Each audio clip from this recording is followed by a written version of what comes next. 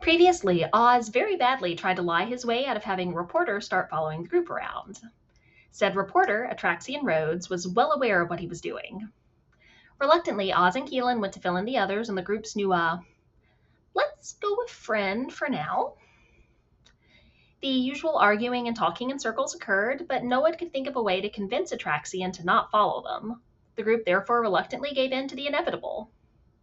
The group split up to accomplish a few things around the city before heading out. Taria impersonated her mother and asked lots of questions about the very illegal magical tablets she'd stolen from the orcs. Oz and Zaya convinced the woman at the apothecary that the poison they bought from her 100% wouldn't be used on any reporters.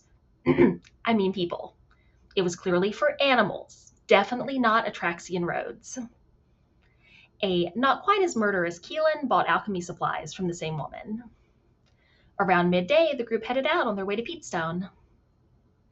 Atraxian pulled people aside one at a time to try to get information about them. Keelan told him a little about his past. Oz made it clear that he didn't want to talk about his past. Taria talked a fair bit about her family, all of whom were apparently missing. Atraxian was especially interested to hear that the maternal side of her family were Von Jukes, as they used to be known as one of Aurelian's favored, but most people thought they died out after being stripped of their titles. Sean made it very clear that she'd had a lot of media training when she was younger. She managed to answer a lot of Atraxian's questions without actually saying anything. As the group got closer and closer to their destination, they saw a small green figure heading their way. It was a kobold named Aki, who had been declared an enemy of the True Prophetess, a figure the group had read about in the paper. She was looking for what was clearly a magical artifact of some type that would help her fight against the usurper. While most of the group looked at the reporter tag along warily at the open discussion of magic, Taria walked up to the kobold and very blatantly used magic to heal her before anyone else had a chance to react.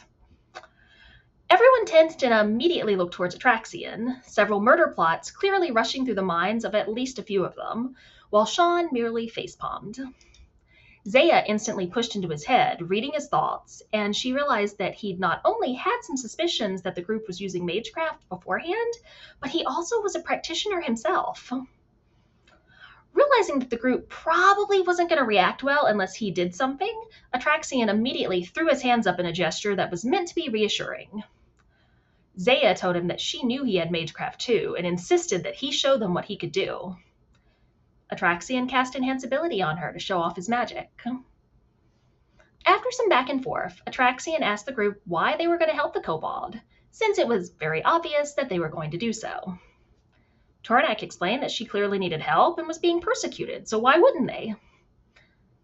Atraxian slowly explained that he understood, although he had no idea how he was going to clean up that answer for journalism purposes.